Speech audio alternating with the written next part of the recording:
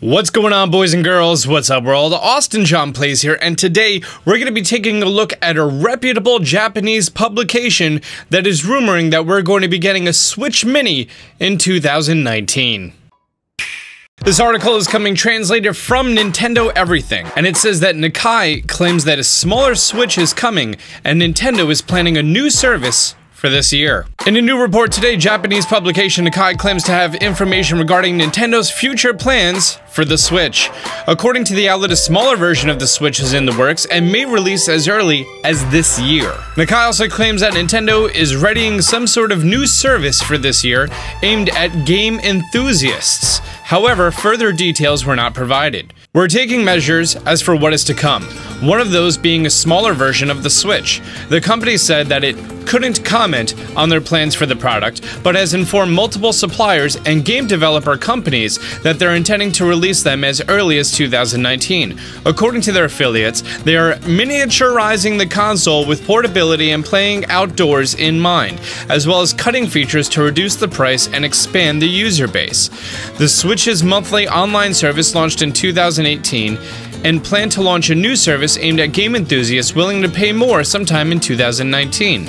This could mean a lot of things. A lot of things. Let's take this one by one here. So, when Nintendo went from the 3DS family to the Nintendo Switch, they knew that they were losing a very large user base because the pure price point. You could pick up a brand new 2DS, the original 2DS, the big flat guy, for I think it's $70 at GameStop, and it comes with a game. That one system lets you access pretty much almost all of the games in the entire 3DS library. The 3DS and the 3DS XL are able to run those same games slightly better. You get less lag for the frames, stuff like that.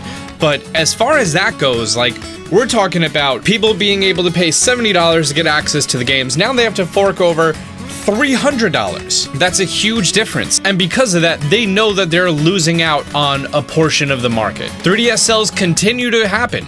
They really do. Like, people still every day go out and buy 3DS family systems, and that's because it's such a cheaper price point than the Nintendo Switch. Granted, they're not getting the brand new limited edition 3DS XLs that are like $180. They're picking up an original 3DS, something used, a 2DS XL, which is much cheaper. I've seen them as low as, I think it was $99, the original limited edition Mario one that came out, something like that, maybe $119 US. As far as the actual Nintendo Switch is concerned, you can definitely make this smaller and it's still gonna appeal to people. If you see a young child playing the Switch, it looks gigantic in their hands. It's essentially an iPad mini in their hands, and they're playing it with controllers on either side. Like, you think about your phone. Now this is the XS, it's not the SX Max, and it's almost the full size of the screen. Granted, this is not a 16:9 aspect ratio, it's a little bit taller than that, we all know that. They can bring this down.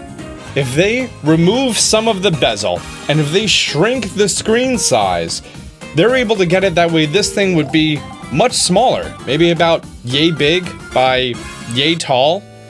The thumbnail is probably going to be a mock-up of what that's going to look like. That's not just clickbait, that's what they're talking about here, that they could have a Switch Mini. Now, I don't think they would make the Joy-Cons smaller.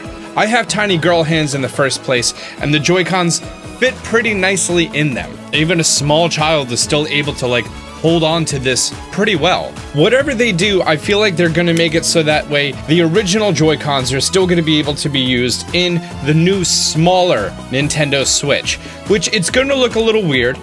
They may come out with mini Joy-Cons as well, I don't know. Or there is also the rumor of it still being one console. The Japanese market is big into handhelds. So as far as we know, they may do a smaller, shrunken down console, especially if they're focusing on price. And it doesn't have removable Joy-Cons. So if these were permanently attached to this, you would lose the two-player functionality, but they would save so much money. You wouldn't have to have the separate batteries for the controllers. You wouldn't have to worry about all the glide rails and everything linking up. They'd probably remove the IR functionality, They probably keep the NFC amiibo functionality because it's Nintendo. They also probably wouldn't sell it with a dock at that point. Granted, if you want it at any point in the future, you can go out and buy a dock. They're, I think, 70 or 80 bucks. And then in addition, you go pick up a Pro Controller if you ever want to play at home. Most of the time with my Switch's dock, my Joy-Cons are still attached anyway, so that wouldn't make a difference. Also, everyone's saying that there's going to be a Switch Pro. There's not going to be a Switch Pro. Nintendo has never been about being the most powerful console. They make it about being fun and easily accessible. Because of that, making a smaller Switch with attached Joy-Cons, they could probably do some other things to cut out cost. I'm not too sure what. I think attached Joy-Cons remove IR functionality. You're also removing the batteries like I mentioned. That's going to save a hefty amount, even if they could get the price point down to $200. Without the dock and removable Joy-Cons, you may see it as low as $150. That's half the price. So for it being the Switch Mini, at $150, you get access to the entire Nintendo Switch library. That's going to be a huge selling point. A whole bunch of people are going to be picking that up. This is big news, if this is true. Now, they did mention that this is going to be for the fiscal year 2019, meaning that ends at the last day of March of 2020. The fiscal year ends and begins April 1st. The other aspect that they were talking about is the online service, and plan to launch a new service aimed at game enthusiasts willing to pay more sometime in 2019. This very well could be the Virtual Console. A lot of people were saying that it's unlikely that we're going to be seeing the Virtual Console as a subscription service because people will pay for these games independently. They may go the PlayStation, Xbox route and do Game Pass and make it so that for an additional $20 a month, you get access to every single game. Do I think they're gonna do that? No, I think they would be more inclined to do all of the retro systems than all of the new releases, because as Nintendo previously mentioned, they have something called the Evergreen titles that they consider to be Legend of Zelda Breath of the Wild, Mario Odyssey, Mario Kart 8 Deluxe. There was another one. I forgot. Most likely, if you're going to be buying a Nintendo Switch, you're going to be buying one of these games. And those games will continue to sell. I doubt that they would have these brand new games being on a Game Pass subscription service. As far as Nintendo's concerned, that doesn't really add up. So, could we be seeing a Virtual Console monthly service for, on top of the online service, maybe $15 a month? That means for $25 a month, you're going to be able to play online in any single retro game ever of supported consoles. I'd pay that. I pick up at least one retro game a month, and that's $25 on its own. So for being able to do that and get access to all the games, that'd be fantastic. Not everyone has all this real estate that they can put their vintage games in. Some people just want it as one nice portable, which makes a lot of sense, and that's what it sounds like they're going to be focusing on for the fiscal year 2019. So guys, I'm gonna know your thoughts below. How do you feel about a Nintendo Switch Mini focusing on handheld mode and less focusing on a docked mode?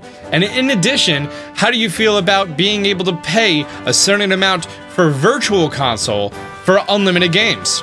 I think that'd be fantastic. I'd buy that. Guys, leave a comment down below. If you're new to the channel, be sure to subscribe, turn on notifications. Don't forget to like the video. Until next time, Austin John out.